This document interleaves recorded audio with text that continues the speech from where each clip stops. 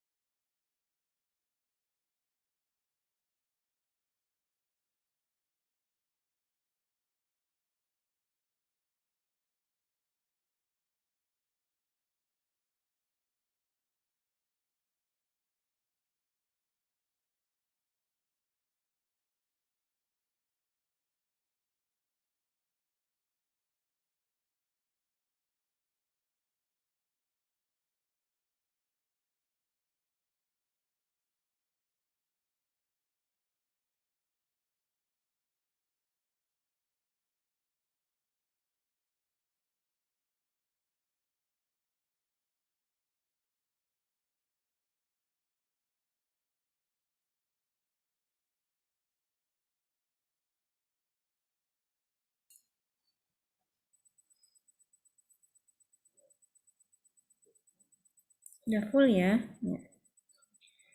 Maaf ya menunggu lama. Assalamualaikum warahmatullahi wabarakatuh. Waalaikumsalam warahmatullahi wabarakatuh. Iya. Kalau yang kemarin kita sudah sampai ke polusi udara sama air. Sekarang kita masuk ke polusi yang tanah. Nah, polusi tanah ini yang terakhir ya. Nanti minggu depan nggak usah ada MK dulu yang kimia lingkungan karena sudah memenuhi jumlah. Jadi silakan beristirahat lagi menjelang akhir Ramadan ya. Barangkali yang punya niat untuk memperbaiki kemarin yang banyak bolong-bolongnya ibadahnya. Kecuali yang mata kuliah saya kayak kimia bahan yang masih kurang gitu, sehingga memang harus dipenuhi. Solusinya mungkin bisa lewat YouTube bisa. Nah, untuk yang hari ini sudah masuk semua, oke.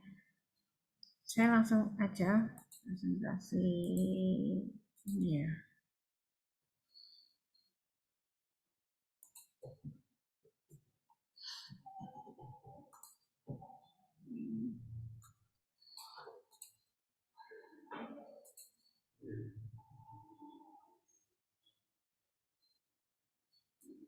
Ya,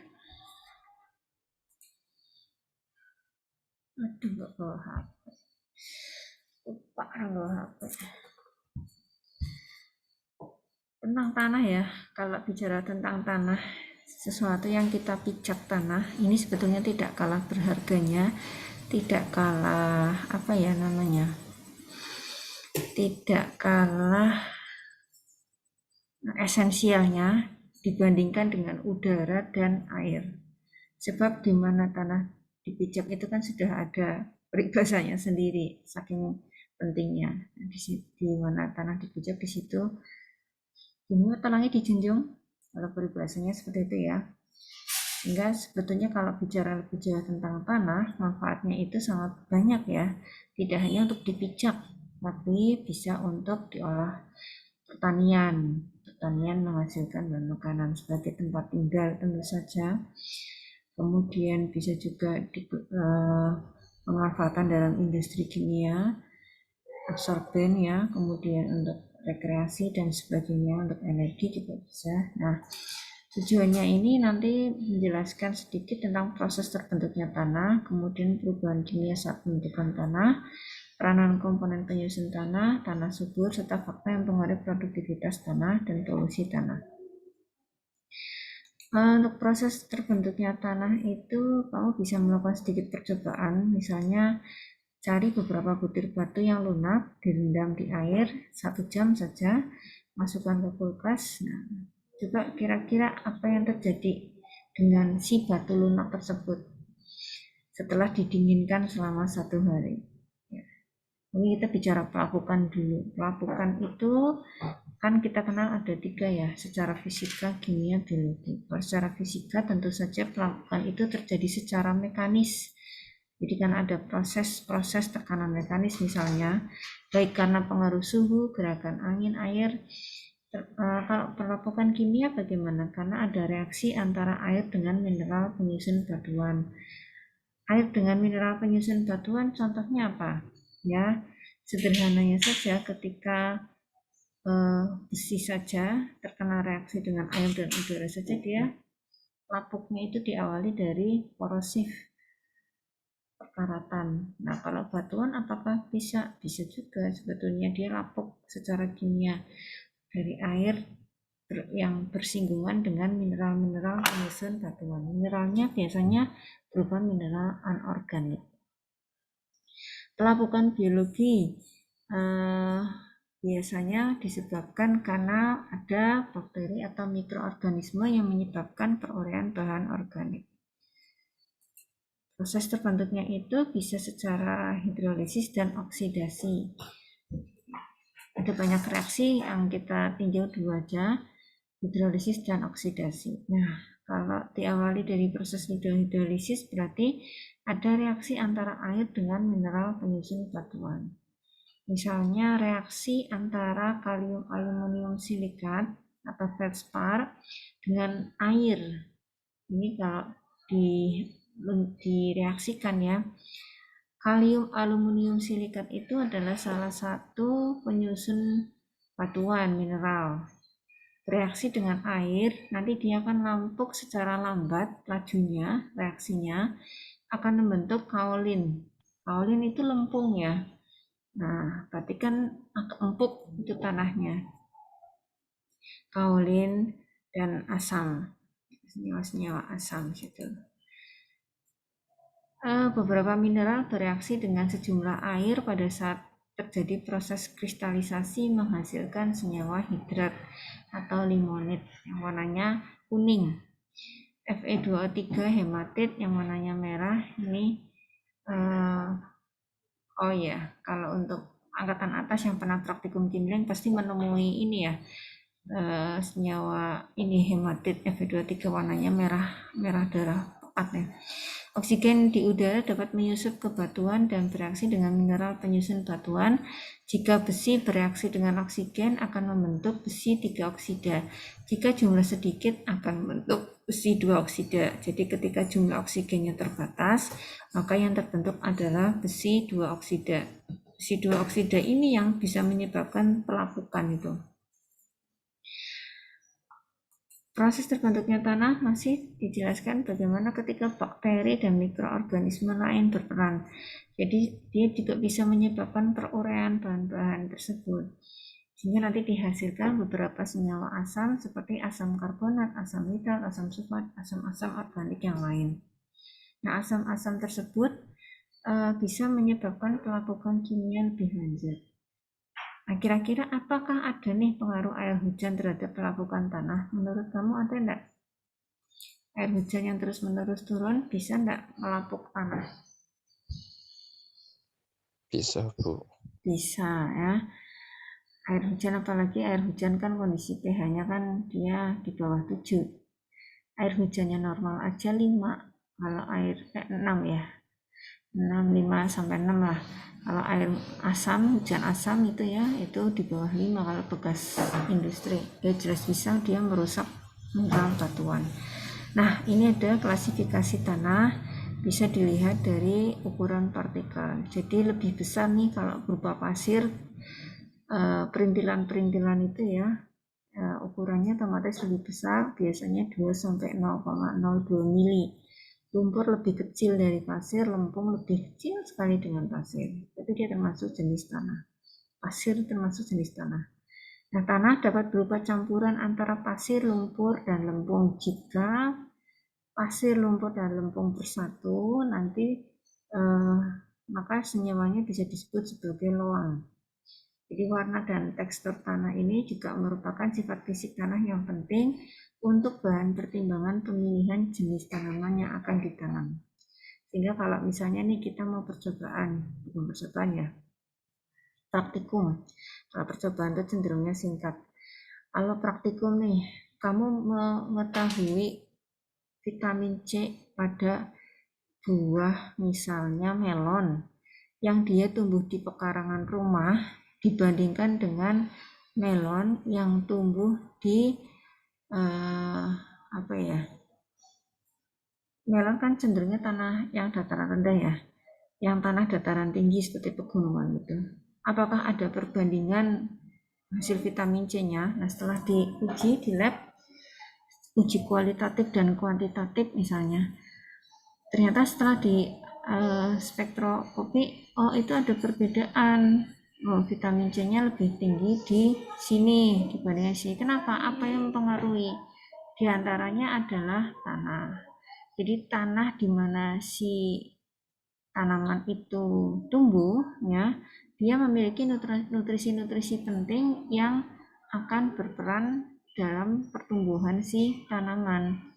Jadi kalau nutrisinya baik, kondisi tanahnya otomatis baik, warnanya juga berbeda ya, tidak merah, tidak pucat ya, mungkin gelap, tapi memang gembur tanahnya. Tapi kalau tanah-tanah yang cadas itu ya, itu otomatis kan kurang bisa ditumbuhi oleh tanaman. Andaikan bisa pun mungkin kondisi nutrisinya tidak sebagus dengan yang apa namanya yang tanah yang sudah biasa diolah. Salah satu pengolahan tanah kan kita bisa menggumburkannya ya, diaduk-aduk itu. Karena akan ada oksigen aerasi. Jadi oksigennya itu juga nanti akan ini ya apa namanya ngalir gitu, nggak terjebak di dalam. Komponen tanah terbanyak dalam tanah itu adalah komponen anorganik.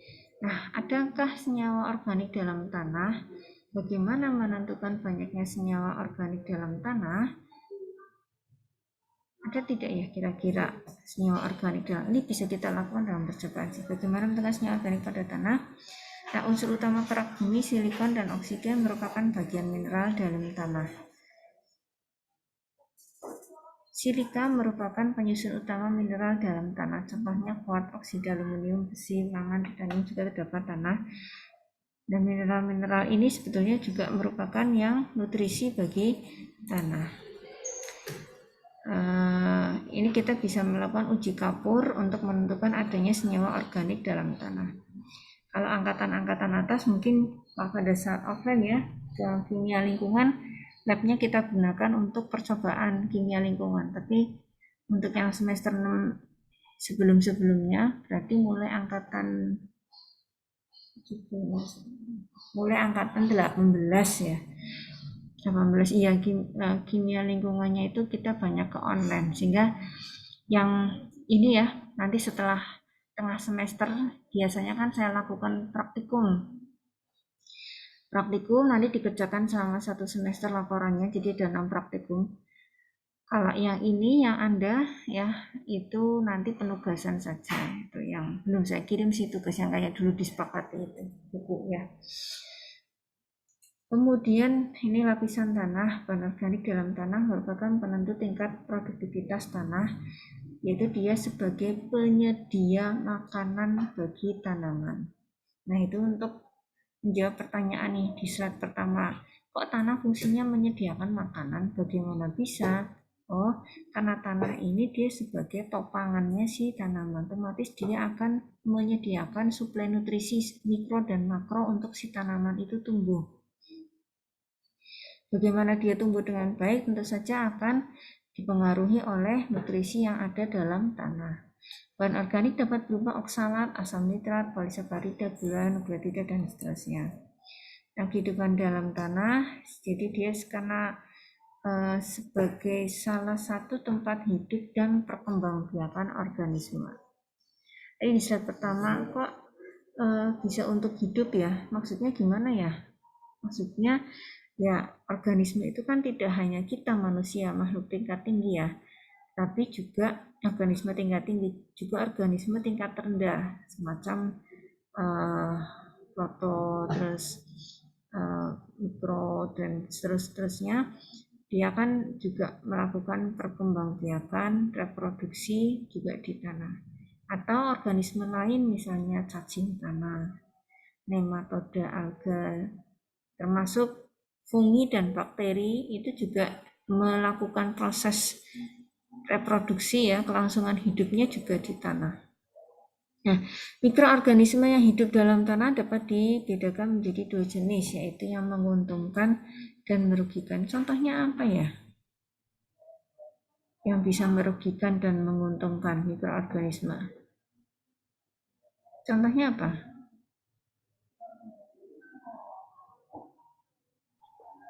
Menguntungkan itu Bu, namanya lumut Bu. Lumut menguntungkan.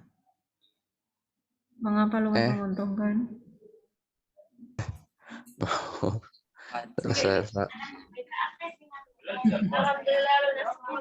Bakteri pembusuk Bu menguntungkan.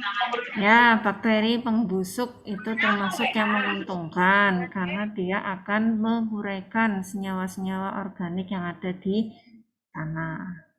Kalau yang merugikan ya berarti dia yang menyebabkan patogenik. Tapi dia bisa tumbuh di dalam tanah, yang bisa berkembang di tanah. Nah, itu mikroorganisme ya, tapi jangan jawab cacing ya, cacing bukan mikroorganisme soalnya. Peranan komponen penyusun tanah, jadi 1 sendok teh tanah itu sebetulnya terdiri dari miliaran atom dari unsur-unsur yang berbeda dan mengandung sejumlah menyasar organisme baik komponen hidup maupun tak hidup, serta mempunyai peranan yang besar terhadap terjadinya perubahan kimia. Nah, ini erat hubungannya dengan kehidupan tanaman. Molekul glukosa dapat dibuat oleh tanaman dengan cara fotosintesis. Bagaimana reaksinya? Nah, ini kan gampang ya kalau masalah ini ya. C6H12 terus kemudian menjadi C2 Oh, itu bisa ya. Apa hubungannya? Nah, fotosintesis juga tidak akan terjadi kalau tidak ada dukungan nutrisi yang baik di tanah yang untuk membantu si tanaman itu tumbuh. Bahan organik dalam tanah ya seperti karbo, protein, lemak itu juga kalau makro ya, karbo, protein, lemak itu makro. Sebagai sumber makanan bagi tanaman, senyawa organik yang kompleks tidak dapat dimanfaatkan oleh tanaman. Jadi dia harus dipecah. Yang kompleks maksudnya apa? Ya maksudnya kalau dia bukan sederhananya bukan hanya karbo tok lah, tapi dia berikatan dengan yang lain. Air akan melarutkan senyawa sederhana, setelah itu dibawa ke atas, ke akar, kemana lagi, ke daun dan seterusnya, sehingga tanah itu bagaimana pemanfaatannya tetap perlu dijaga kelestariannya. Misal tanahnya mau dibikin pemukiman, nah kita perlu nih untuk tetap memudahkan tanah. Mungkin kita bisa memberikan satu lahan kosong yang ditanami tanaman misalnya. Jadi proses untuk supaya tanamannya tumbuh subur kan tidak hanya ditanam aja ya, tanahnya juga perlu diduk ya, digembur-gemburkan, kemudian diberikan beberapa misalnya pupuk organik, kompos dan seterusnya, sehingga tanahnya itu bisa tetap terjaga kelestariannya. Nah, ini juga manfaatnya si tanah itu dia akan punya komponen nutrisi yang diperlukan oleh tanaman. Tanaman sebagai produsen nanti manfaatnya kemana ya, kita juga. Usahanya agar tanah menjadi produktif, jadi kita perlu mengembalikan beberapa hal ya agar tanah menjadi produktif supaya tanah bisa tetap tersedia nutrisinya di dalam tanah. Dikecualikan ketika ada faktor iklim dan cuaca yang bisa merusak tanah, misal hujan berlebih yang bisa menyebabkan erosi gitu, sehingga nanti material-material yang ada di tanah banyak terbawa oleh air. Itu di luar itu ya, di luar menjaga agar tanah tetap produktif. Nutrisi tanaman. Apa yang dimaksud dengan nutrisi tanaman? Dari mana saja nutrisi dalam tanah berasal? Unsur apa saja yang dibutuhkan oleh tanaman? Ya. Nutrisi tanaman contohnya apa saja ya? Aku nggak bawa HP, Bu. Lalen. Iya. Nutrisi tanaman contohnya apa saja ya? Oke, nanti kita cek di slide berikutnya ya.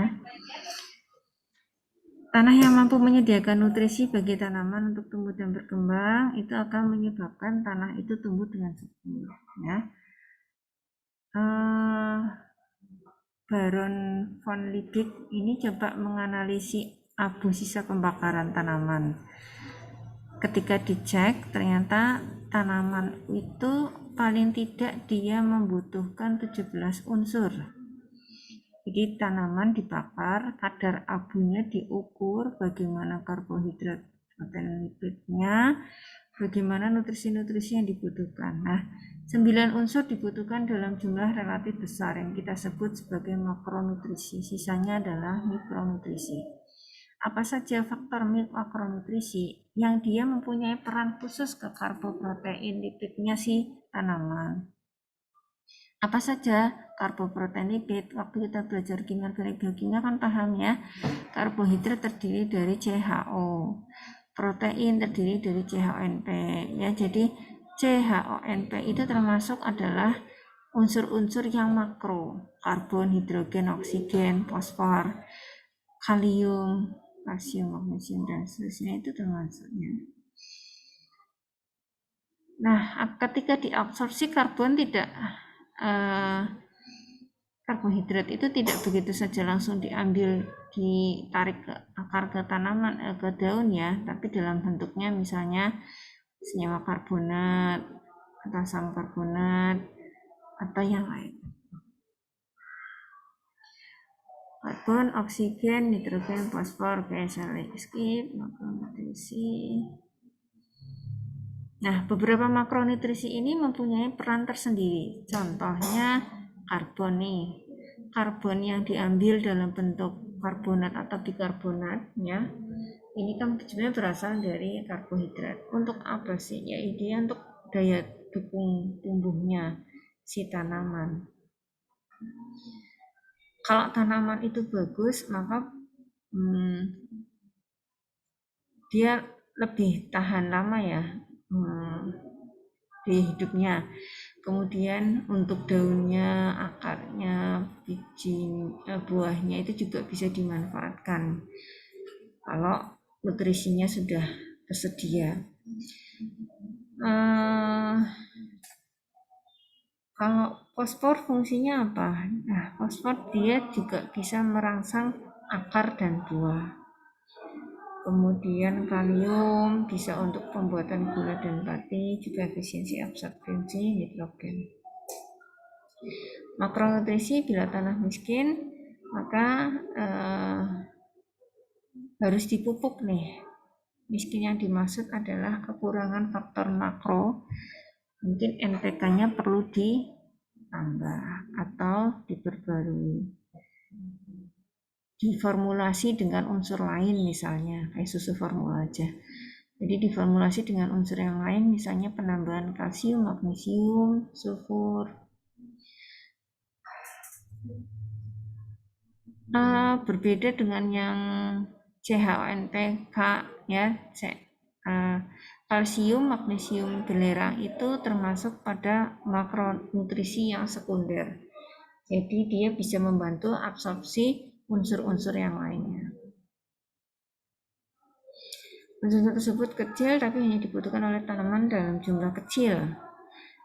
Maksudnya jumlahnya itu seperti vitamin untuk tubuh kita. Kita hanya dipersyaratkan minum vitamin 1 kali sehari ya, bukan 3 kali sehari seperti obat. Karena vitamin itu sebetulnya yang dibutuhkan adalah dalam jumlah yang sedikit, yang kecil, meskipun sedikit esensial sekali untuk memperbaiki imunitas tubuh, untuk daya dukung tubuh juga. Tapi dia bukan obat ya. Kalau obat dia jelas mengobati. Nah, mikronutrisi ini ya, jadi meskipun namanya mikro ya, dia tetap esensial dibutuhkan. Tapi hanya sedikit. Nah, kalau berlebihan maka bisa menyebabkan racun, jadi menjadi racun. Zinc dan belerang kalau ditemukan dalam jumlah sedikit kurang dari 1 ppm, ini ternyata untuk tanaman bisa menjadi kerdil ya, kuntet. Enggak tinggi-tinggi. Produksi tanaman juga tidak cepat, tidak bagus ya, cenderung rendah, sehingga nanti bisa menyebabkan kematian tanaman. Ini juga berlaku untuk tanaman-tanaman yang ternak, maksudnya untuk makanan-makanan ternak. Nah, Baron waktu itu punya metode, dia bisa mengidentifikasi unsur-unsur yang diabsorpsi oleh tanaman. Tanaman sebagai penyimpan air sebetulnya menyimpan airnya bukan dengan cara mengabsorpsi nutrisi. Jadi nutrisi yang dibawa itu dia harus dalam bentuk fasenya larutan, sehingga disimpannya di mana? Di tanah. Kemampuan tanah menyimpan air ditentukan oleh lama kontak antara akar tanaman dengan larutan tanah. Sehingga untuk tanah-tanah yang di situ memang ditumbuh tanaman, otomatis dia biasanya menyimpan cadangan air untuk pertumbuhan si tanaman itu sendiri. Kemampuan tanah dalam meneruskan air nanti dipengaruhi oleh beberapa senyawa, contohnya adalah zat kapur dan garam. Udara dan air. Udara dan air itu merupakan dua komponen yang dibutuhkan oleh tanaman.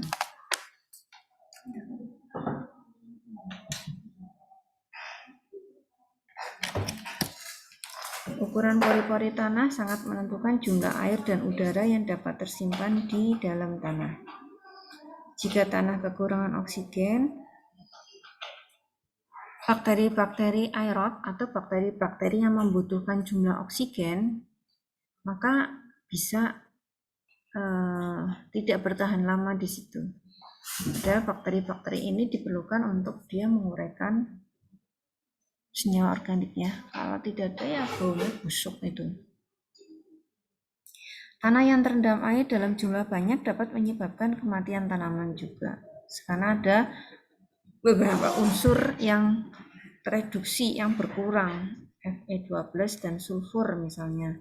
Karena apa? Dia istilahnya mungkin melunturkan ya, jadi mengurangi ion-ion organik di situ, sehingga zat-zat yang dibutuhkan oleh tanah untuk membantu tanaman itu ya berkurang. Apa sih faktor yang berpengaruh terhadap pertumbuhan tanaman di sini? Ada pH ya, kemudian ada tanah ya, kemudian nutrisinya juga. Bagaimana hilangnya nutrisi dari tanah? Bisa terjadi karena faktor manusiawi, contohnya erosi tanah, kemudian banjir bandang gitu ya, misalnya waduk yang jebol gitu kan. Tapi kalau yang faktor alam misalnya bisa terjadi karena penguapan yang berlebihan karena kemarau ya, kemarau berkepanjangan, sehingga senyawa-senyawa nutrisi itu ikut terbawa. Jadi ketika ada siklus hidrologi air ya, air diuapkan kemudian mengembun turun sebagai titik hujan, itu sebetulnya yang dibawa bukan cuma air tapi juga termasuk nutrisi-nutrisi tanah ikut menguap.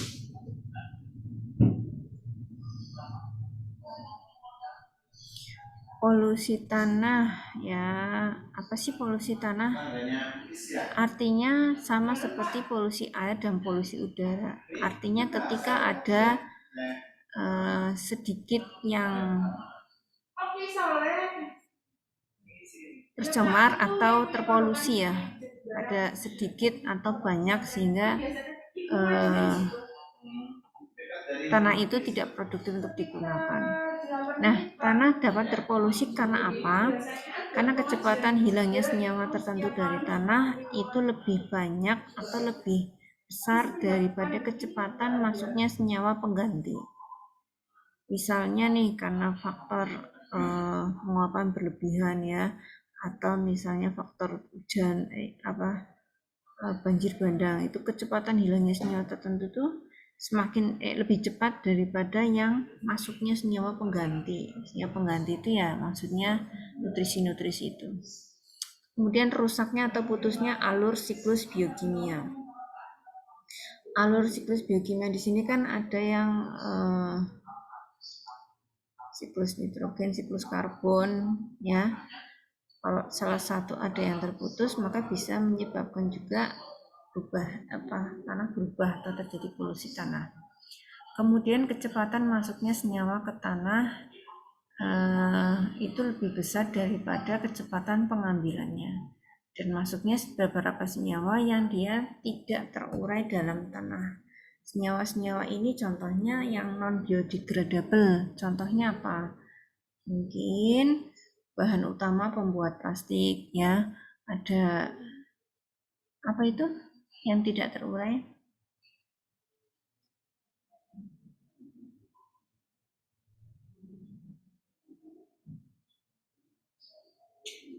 Apa ya contohnya? Termasuk diantaranya pestisida ya. Pestisida itu termasuk dia yang non biodegradable, pestisida, fungisida dan seterusnya. Nah, jadi bagaimanakah nutrisi dalam tanah? Nah, dari mana dia berasal? Unsur apa saja yang dibutuhkan oleh tanaman? Mudah-mudahan tadi kamu bisa mengingat ya. Dari mana saja kah? Kemudian apa sih reaktan yang terlibat dalam reaksi fotosintesis?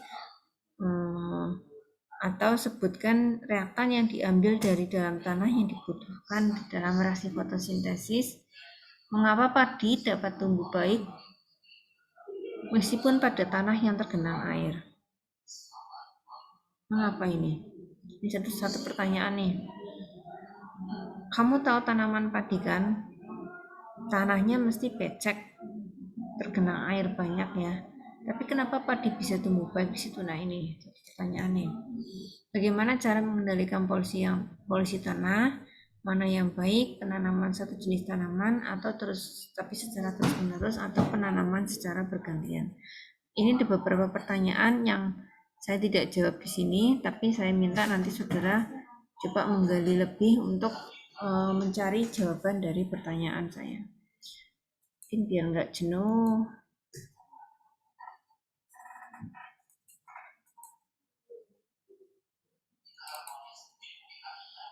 Barangkali kamu ngantuk ya,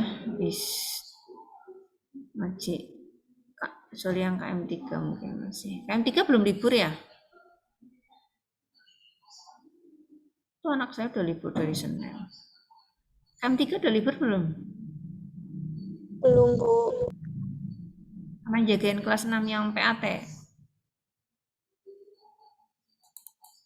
Iya.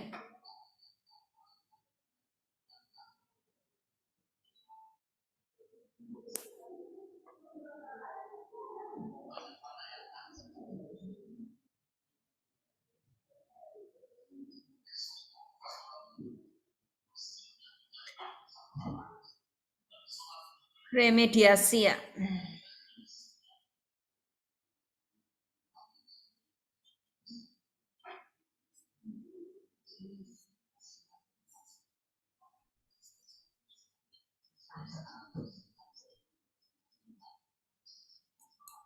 Definisi tentang soil pollution banyak ya. Polusi tanah itu pokoknya kalau dia terkontaminasi dengan sampah-sampah yang sifatnya padatan ya, seperti ini, atau karena hujan asam ya, atau juga penggunaan pupuk, terutama pupuk buatan secara berlebih.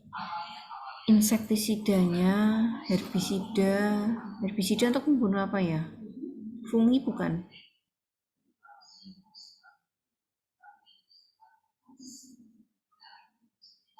Ini masuk nggak ya?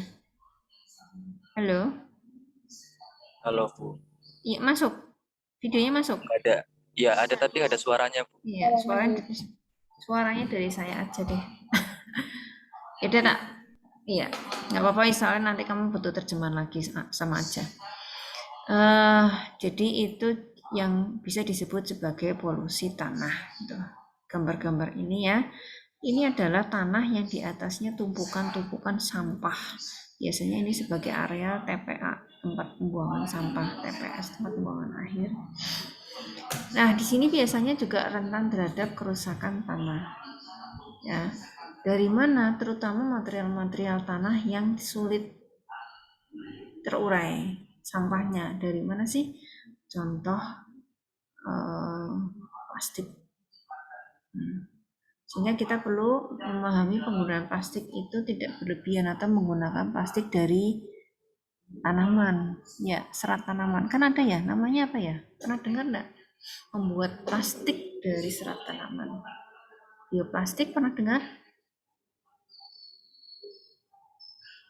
Pernah, Bu, dari kulit jagung. Betul. Pada dasarnya kulit tanaman yang punya kandungan karbo yang besar. Mau pakai jagung, mau pakai singkong, bisa. Dan yang lain-lain. Nah, pembuatan plastik ini yang dari tanaman itu sebetulnya salah satu bentuk dari kampanye Go Green ya, atau green chemistry. Kalau kita orang kimia mungkin kita bilangnya green chemistry. Yang sebetulnya itu dia masuk dalam isu-isu SDGs atau Sustainable Development Global atau pembangunan berkelanjutan.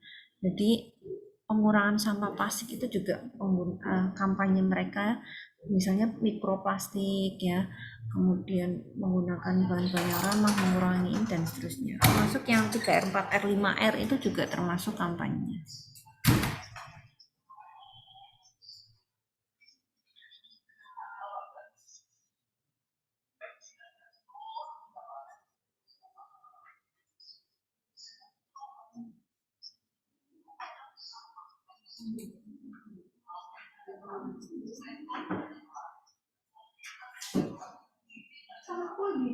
Ya,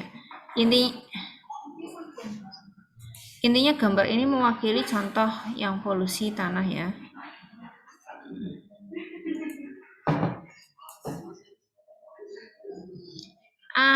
Apa saja penyebab polusi tanah? Deforestasi. Deforestasi itu artinya apa ya?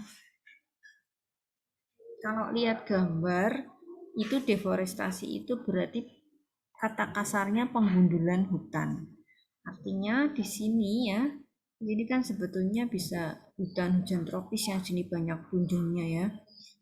Gimana tunjung sini? Tapi di sini karena akan digunakan untuk pemukiman atau kayunya akan digunakan untuk ya kepentingan kita manusia ya, sehingga banyak yang ditebang, digundulkan. Jadi ada yang dikurangi, itu juga bisa menyebabkan polusi tanah karena ada lapisan tanah yang berkurang. Nah ini sebetulnya alasan utama dari penyebab polusi tanah, karena tanahnya ketika dia tanaman-tanaman ini kan tadi saya katakan ya, dia punya kemampuan untuk menyimpan air.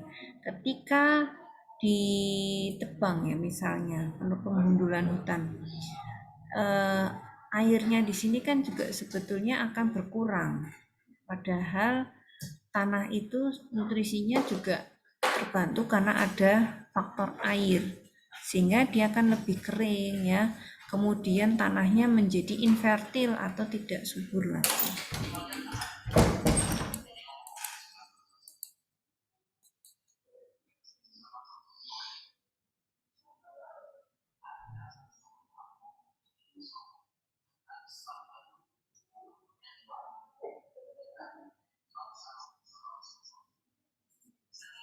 Irigasi juga termasuk sebetulnya, sehingga kadang hal-hal tertentu seperti ini ya, tapi ini tidak merupakan penyumbang terbesar ya.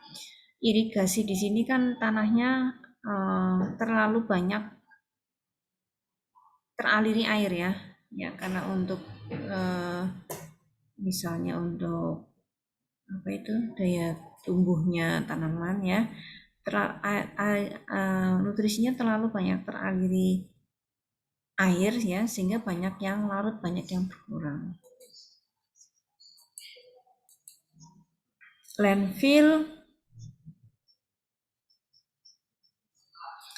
itu apa ya? Landfill, kamu di ilmu lingkungan PLH landfill mestinya paham.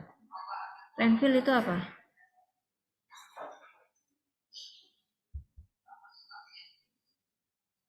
Landfill,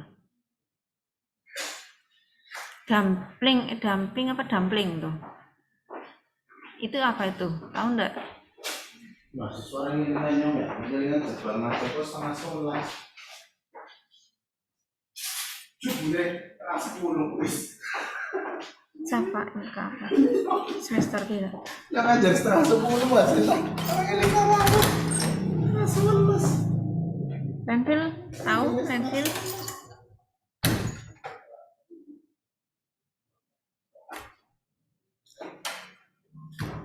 Landfill itu istilahnya kalau tanah ini dijadikan untuk pengolahan sampah, tuh utamanya di situ. Nah ini juga bisa menyebabkan terjadinya polusi tanah.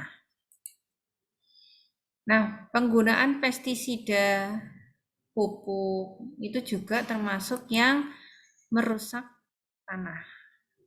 Mengapa?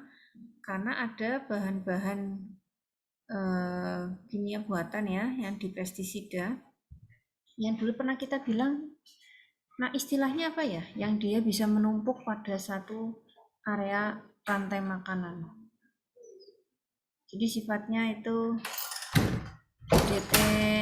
diendrin ya, efedrin, sehingga dia akan merusak komponen yang ada pada rantai makanan karena menumpuk sih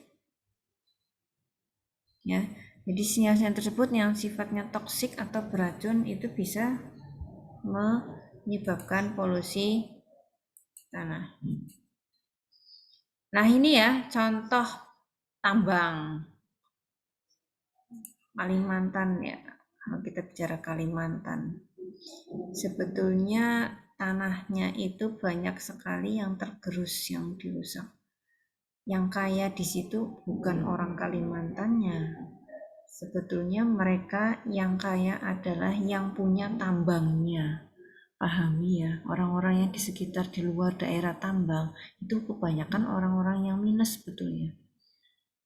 Jadi nggak ikut ini kan, apalagi SDM-nya sudah banyak terkuras. Logam seperti kadmium, timbal itu ya, dia akan sangat merusak dan mengkontaminasi tanah.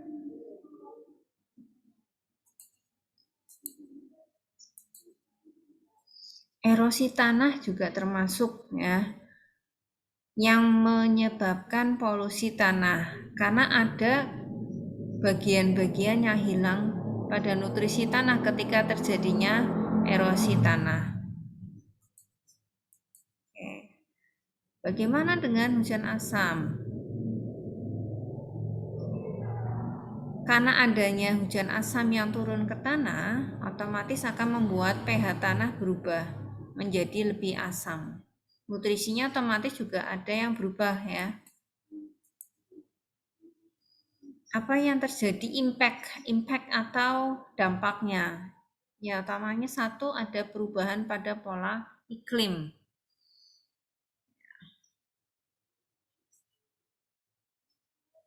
Kemudian pada kesehatan manusia.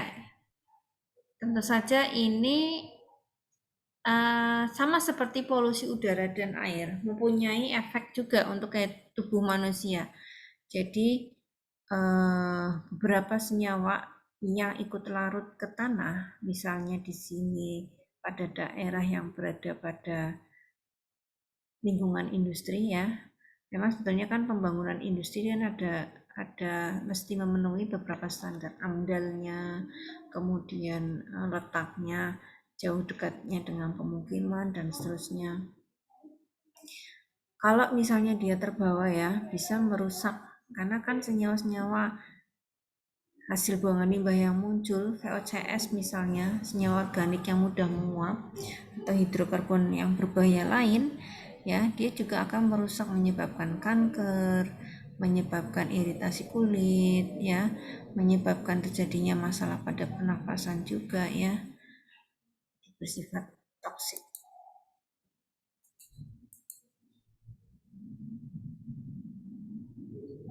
Ketika adanya deforestasi, maka harus ada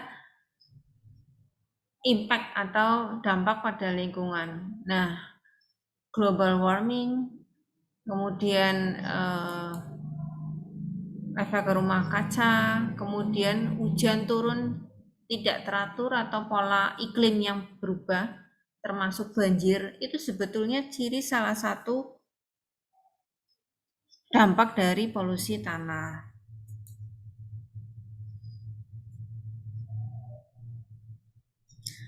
Bagaimana dengan dengan daerah tersebut ya? Ya ada ini untuk masalah pariwisata ya. Jadi tidak menarik lagi lah untuk ditempati, ditinggali, untuk diajak. Jadi tanahnya itu kalau sudah tidak hidup ya rusak seperti ini ya. Siapa yang mau ke sini? Siapa yang mau bawa jalan-jalan, bawa anak-anak ke sini? Karena tanahnya itu sudah jelek. Gitu. Dampaknya ke perekonomian negara. Ini kalau ini untuk organisme yang dia banyak yang hidupnya terutama di darat ya.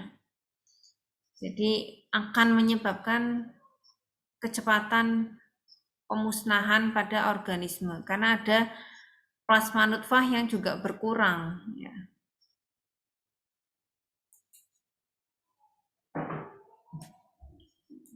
global warming, biomagnifikasi,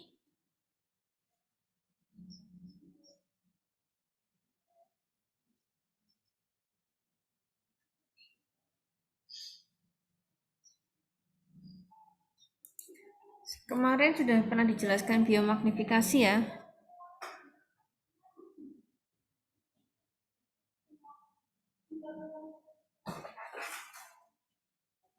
Biomagnifikasi apa ya? Kemarin yang di kimia ilmuwan air ada tuh pernah dijelasin.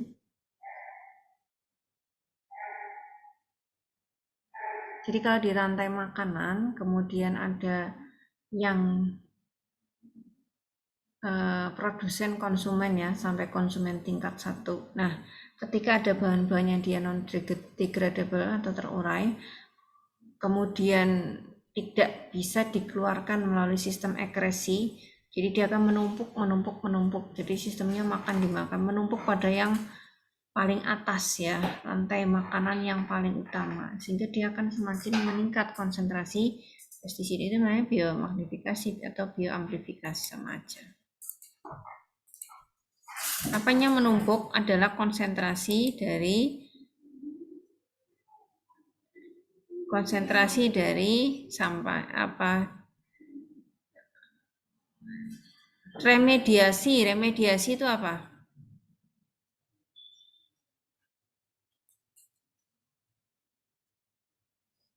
Remediasi itu apa? Perbaikan tanah kembali, Bu. Betul. Remediasi itu perbaikan tanah kembali. Nah, ini membutuhkan unsur yang tidak hanya dari pemerintah. Jadi seringkali kita mengeluhkan misalnya ini, padahal kembali lagi siapa? Contoh saja, bagaimana menyadarkan orang itu kan lebih sulit daripada kita memberikan contoh langsung. Ya, jadi perlu banyak elemen yang dilibatkan, tidak hanya komunitas-komunitas tertentu, tapi juga mungkin dari unsur-unsur lain.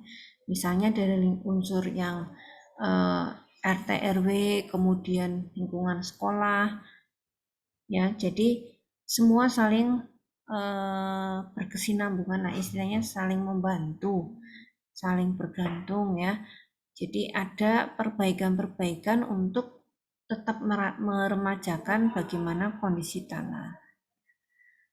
Mungkin menyediakan khusus untuk pembuangan sampah. Sudah disediakan, buangnya masih sembarangan. Ya, siapa yang masih begitu ya? Mudah-mudahan bukan anak IPA ya. Kalau anak IPA mestinya sudah dijelaskan berulang-ulang ya. Itu ya sudah nancep ya. Kalau belum berarti memang habitnya itu yang sulit dibentuk. Karakternya memang begitu anaknya. Termasuk kalau kebiasaan punya suka ngerokoknya buang sembarangan, itu juga termasuk ya sampah. Di Singapura aja ludah sembarangan bisa didenda karena Singapura negara bersih. Kita sebetulnya bisa memulai dari diri kita sendiri. Ya, polusi tanah bisa diperbaiki, dirawat dengan cara bioremediasi.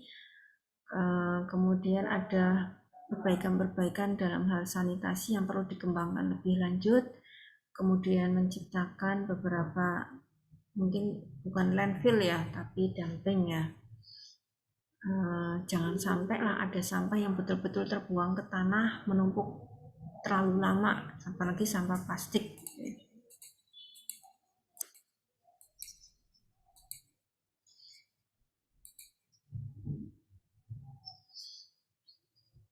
Kegiatan remediasi itu tidak hanya dari pembuatan tong-tong sampah ya. Kampanye-kampanye lingkungan seperti kalau saya mungkin tidak setuju tidak menggunakan plastik ya, susah. Kalau di negara maju sudah, jadi dari supermarket bawahnya udah dari lama ya, mereka menggunakannya ya wadah kertas ya, kertas yang bisa didaur ulang, warnanya coklat itu. Tapi kalau di kita masih geger, plastiknya mana, akhirnya bubar. Atau mungkin solusinya membuat plastik yang sifatnya biodegradable. Tapi memang secara pembuatan ya, ini pengalaman saja saya, itu waktunya lama dan juga perlu dukungan lebih dalam hal misalnya skala yang lebih luas ya, tidak cukup pada skala lab. Sehingga memang isu-isu seperti ini harus menjadi yang global ya, bukan hanya lingkup kecil gitu. Kayak misalnya aspal yang dibuat dari plastik gitu.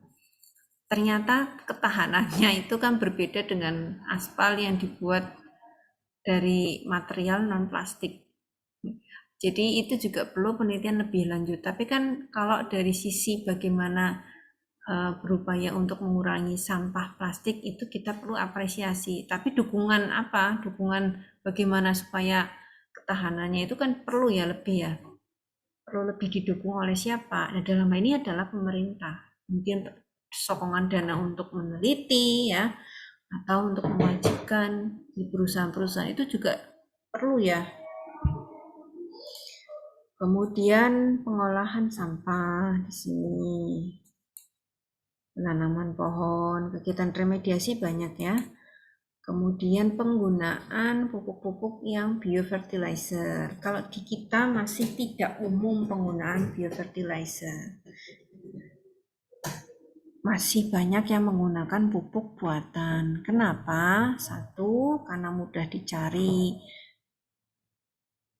Yang kedua, harganya lebih miring, terjangkau. Yang ketiga, kurangnya kesadaran. Itu kembali lagi ya. Jadi masih sebatas wacana ya. Mudah-mudahan sih. Tapi sebetulnya kita yang paling alami dulu belajar menggunakan kompos gitu. Itu juga satu step yang sudah sederhana tapi sudah cukup baik. Kemudian oke, ini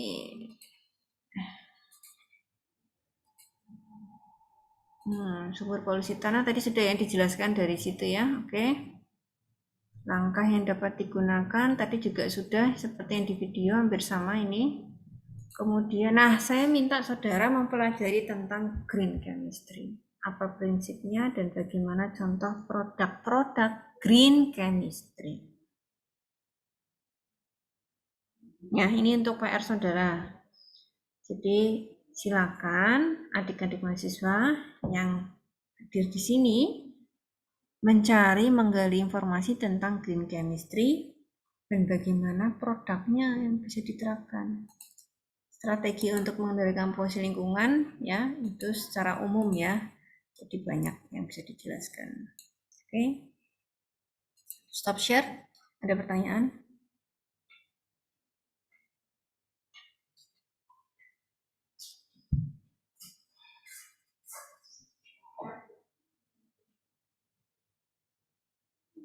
Tidak ada pertanyaan, cukup? Cukup?